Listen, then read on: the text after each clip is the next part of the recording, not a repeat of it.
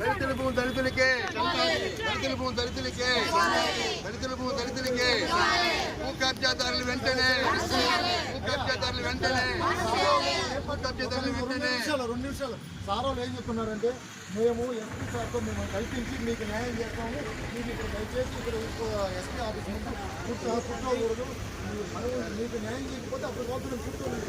వాళ్ళ మాట కూడా గౌరవించి కాదు మాట్లాడేది.